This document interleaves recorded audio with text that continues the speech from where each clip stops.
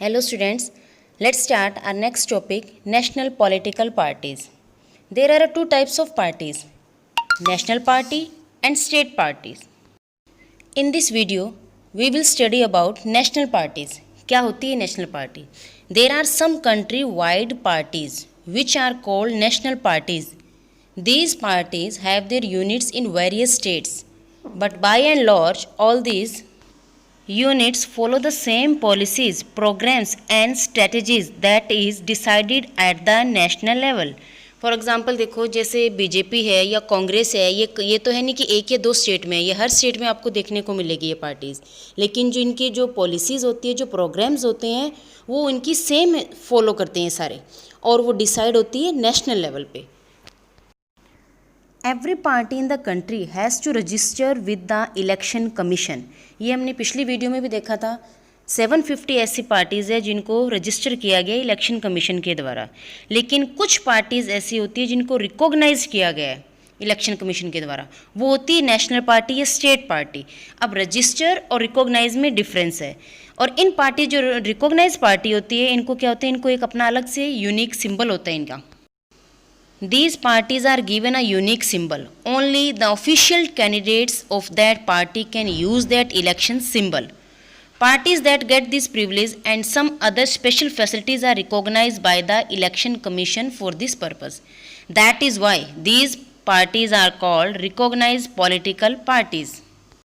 Let's see what is the criteria to become a national political party. क्या criteria है, किस base पे किसी पार्टी को नेशनल पार्टी रिकॉग्नाइज किया गया है। नेशनल पार्टी बनने के लिए 6% of vote in Lok Sabha elections. 6% यानी कि अगर कंट्री में मान लो फॉर एग्जांपल 1000 पीपल लोग हैं और 1000 में से 60 लोग एक पार्टी को वोट देते हैं, तो वो हो गया 6% उसका।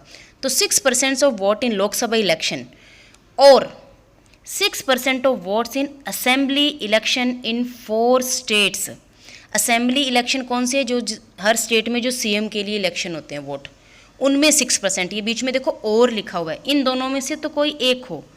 और हो गया ये एंड क्या है, wins at least 4 seats in Lok Sabha election.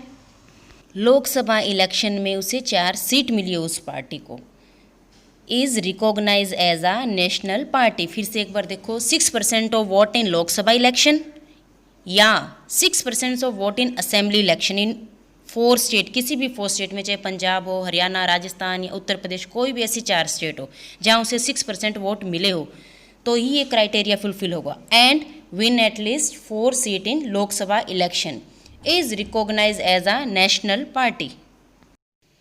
According to this classification, there were 6 national recognized parties in the country in 2006. कौन कौन सी देखो, Indian national Congress, Bharatiya Janata party, Bahujan Samaj party, communist party of India, Marxist communist party of India, nationalist Congress party. Let us learn something about each of these parties. Let's start with the first, Indian national Congress, popularly known as the Congress party, जिसको Congress party के नाम से सारे जानते हैं। One of the oldest parties of the world, और world की पुरानी ओल्डेस्ट पार्टी में से एक है। फाउंडेड इन 1885, 1888 में 5 में फॉर्म्ड हुई थी। तो ऑब्वियसली इंडिपेंडेंस से पहले थी, तो कोई ब्रिटिशर ही होगा इसको फॉर्म करने वाला, और वो था A.O. Hume. Played a dominant role in Indian politics at the national and state level of several decades after India's independence. India के इंडिपेंडेंस में भी काफ़ी इसने इम्पोर्टेंट रोल प्ले किया है। Under the leadership of Jawaharlal Nehru, the party sought to build a modern secular democratic republic in India. तो इस party की आइडियोलॉजी क्या थी कि सेकुलर यानी कि सारे रिलीजन को इक्वली प्रमोट हो, डेमोक्रेटिक सबके पास वोटिंग राइट हो, Republic elected head of the state. Ruling party at the centre till 1977, 77 तक इसने रूल किया पार्टी ने। देन फ्रॉम 80 to 89, और बीच में जो 3 years थे वो बीजेपी आई, उसके बाद फिर से 80 to 89। After 89 its support decline, but it continue to be present throughout the country. लेकिन कंटिन्यू एक मजबूत पार्टी बनी रही। Congress is a centrist party. Centrist या जैसे कि राइटियस, लेफ्टियस और सेंट्रियस होता है। राइटियस जो चेंज नहीं चाहते, लेफ्टियस जो चेंज चाहते हैं जैसे कि बीजेपी, और सेंट्रियस जो जैसा है वैसा ही चले। तो कांग्रेस क्या सेंट्रियस पार्टी है। इसकी आइडियोलॉजी और क्या क्या है कि party support secularism and welfare of weaker section and minority. Secularism यानी कि सारे रिलीजन को इक्वली प्रमोट करना, welfare of weaker section and minority कि उनके वेलफेयर के लिए काम करना, supports new economic reforms but with a human face. New economic reform जो चेंजेस उसको सपोर्ट करती है अगर वो किसी ह्यूमन लोगों की भलाई के लिए है। कांग्रेस ने 2004 से 14 तक अलायंस के थ्रू रूल किया, और वो अलायंस कौन सी, UPA, United Progressive Alliance. Let's start. Next political party Nationalist Congress party NCP, जिसका सिंबल है clock, formed in 1999 by Sharad Pawar following a split in the Congress party. जो कांग्रेस पार्टी से अलग हुई, स्प्लिट हुई है, और इसकी आइडियोलॉजी क्या है, डेमोक्रेसी, गांधीयन सेकुलरिज्म।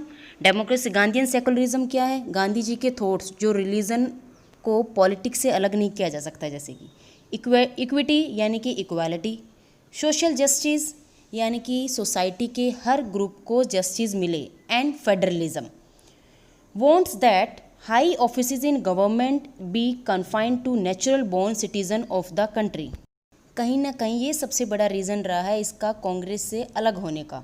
इनका ये मानना है कि जो हाई ऑफिसेस, गवर्नमेंट में जो हाई ऑफिसेस की पोस्ट है वो उन्हीं लोगों को मिलनी चाहिए जो natural born citizen of the country, जो कंट्री के नेचुरल बोर्न यानी कि जो इस कंट्री में जिनका जन्म हुआ है, जो यहाँ के सिटीज़न हैं। A majority part in Maharashtra and has a significant presence in Meghalaya, Manipur and Assam. Maharashtra में ये पॉपुलर पार्टी रही है, इसके अलावा मेघालय, मणिपुर और असम में भी इसने सिग्निफिकेंट रोल प्ले किया है।